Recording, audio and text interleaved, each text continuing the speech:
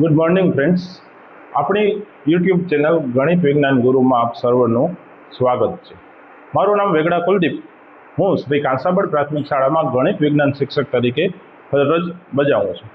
આપણા આ વિડીયો બનાવવાનો મુખ્ય હેતુ તો માત્ર ને માત્ર એટલો જ છે કે મારા વિદ્યાર્થીઓ જે આનાથી શીખે અને અન્ય વિદ્યાર્થીઓને પણ આનો લાભ મળે, કારણ કે હવે ગવર્મેન્ટે દરેક શાળાઓમાં સ્માર્ટ ટીવી આપી જ દીધા છે, જેથી કરીને એક શિક્ષકની ગેરહાજરીમાં પણ વિદ્યાર્થી છે સતત શીખતો રહે। મિત્રો, આજે આપણે ધોરણ 8 પાઠ પહેલો સમય સંખ્યા એનું સ્વાધ્યાય એક જ સ્વાધ્યાય છે આખા પાઠમાં, સ્વાધ્યાય 1.1। આ પાઠમાં મુખ્યત્વે તો શું હતું તો કે સમય સંખ્યાના ગુણધર્મો, જૂથના ગુણધર્મ છે, ક્રમનો ગુણધર્મ છે અને સમય સંખ્યાનો સંવૃત્તાનો ગુણધર્મ, એ આપણે બધું શીખ્યા। સ્વાધ્યાય માત્ર ને માત્ર એક જ છે, સ્વાધ્યાય 1.1 માં પહેલો પ્રશ્ન છે, નીચે આપેલ ગુણાકારની ક્રિયામાં કયા ગુણધર્મનો ઉપયોગ થયેલો છે તે જણાવો। અહીંયા 3 ગુણાકારના દાખલા આપેલા છે, કયો ગુણધર્મ છે એ આપણે કહેવાનો। પહેલો દાખલો છે -4/5 ગુણ્યા 1 બરાબર 1 ગુણ્યા -4/5। આનો ગુણાકાર કરો, આનો ગુણાકાર કરો, બેયનો જવાબ કેટલો આવે છે તો કે -4/5। તો અહીંયા તમે સ્પષ્ટ જોઈ શકો છો તો અહીંયા શું કરવામાં આવ્યું છે તો કે માત્ર જો બે સંખ્યાનો, જો અહીંયા -4/5 ગુણ્યા 1 છે, અહીં 1 ગુણ્યા -4/5, એટલે બંને સંખ્યાનો શું થયું છે તો કે ક્રમ બદલવામાં આવ્યો છે। અહીંયા -4/5 આગળ છે, જ્યારે અહીંયા 1 આગળ છે, એટલે બંનેનો ક્રમ બદલવામાં આવ્યો છે। એટલે આમાં કયા ગુણધર્મનો ઉપયોગ થાય તો કે ક્રમનો ગુણધર્મ। આમાં કયા ગુણધર્મનો ઉપયોગ થશે? ક્રમનો ગુણધર્મ। બીજું, આ જ દાખલામાં આપણે એવું પણ કહી શકીએ, આપણે વાત થઈ હતી કે કોઈ પણ સંખ્યાનો 1 ની સાથે ગુણાકાર કરવામાં આવે તો જવાબ છે એની એ જ સંખ્યા આવે। એટલે અહીંયા શું થશે? ગુણધર્મ તો ન કહી શકાય, પણ આવું છે કે 1 એ ગુણાકાર માટે તટસ્થ સંખ્યા છે।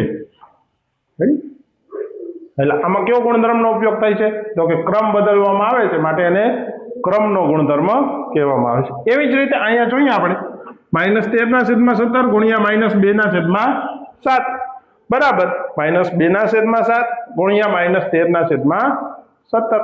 તો ઉપરના દાખલા જેવો જ દાખલો છે।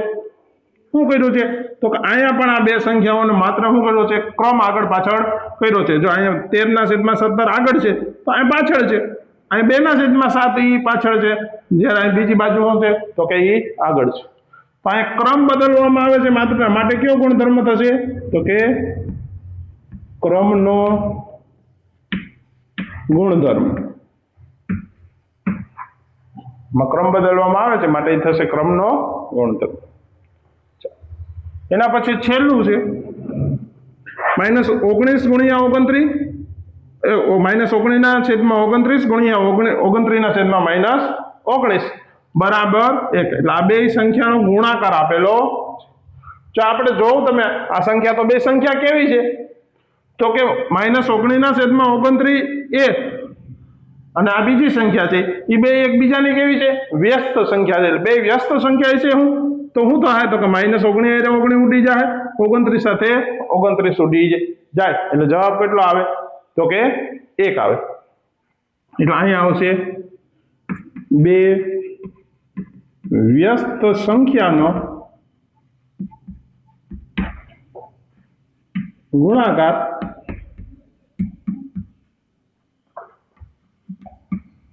હંમેશા એક જ થાય। કોઈ પણ બે વ્યસ્ત સંખ્યા હોય એનો ગુણાકાર હંમેશા કેટલો થાય તો કે 1। હવે બીજો દાખલો છે 1/3 ગુણ્યા (6/4/3) ની ગણતરી કરવાની છે। 1/3 ગુણ્યા 6 એને ગુણ્યા 4/3, એ રીતે ગણતરી કયા ગુણધર્મનો ઉપયોગથી કરી શકાય તે જણાવો। હવે આ ગણતરી છે જો અહીંયા કરવાનું શું છે તો કે 1/3 ગુણ્યા કૌંસમાં 6 ગુણ્યા 4/3 એની જગ્યાએ કરવામાં શું આવ્યું છે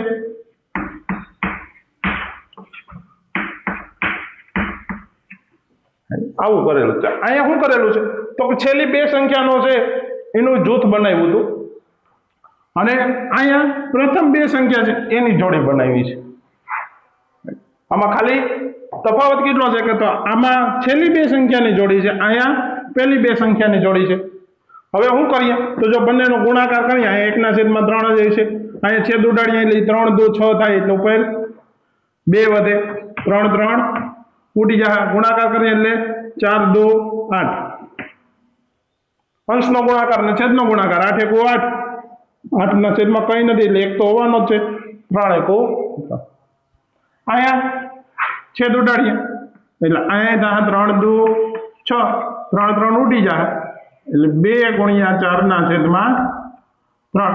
4 2 8 અહીં કંઈ છેદમાં નથી એટલે 1 તો હશે જ 4 2 8/3 તો બંનેના જવાબ કેવા આવે છે સમાન જ આવે છે ફરક શું છે તો કે અહીંયા છેલ્લી બે જોડી છે અહીંયા પહેલી બે જોડી છે એટલે એવું છે કે અહીંયા છેલ્લી બે સંખ્યાઓનું જૂથ બનાવવામાં આવ્યું છે અહીંયા પહેલી બે સંખ્યાનું જૂથ તો આવા આપણે કયો ગુણધર્મમાં છે એનો ઉપયોગ ત્યાં કરી શક્યા તો કે અહીંયા કયા ગુણધર્મનો ઉપયોગ થાય તો એનો જવાબ છે જૂથનો ગુણધર્મ આપણે જૂથના ગુણધર્મનો ઉપયોગ કરી અને આ બંનેનો જવાબ છે એ સમાન આવે એવું કહી શકીએ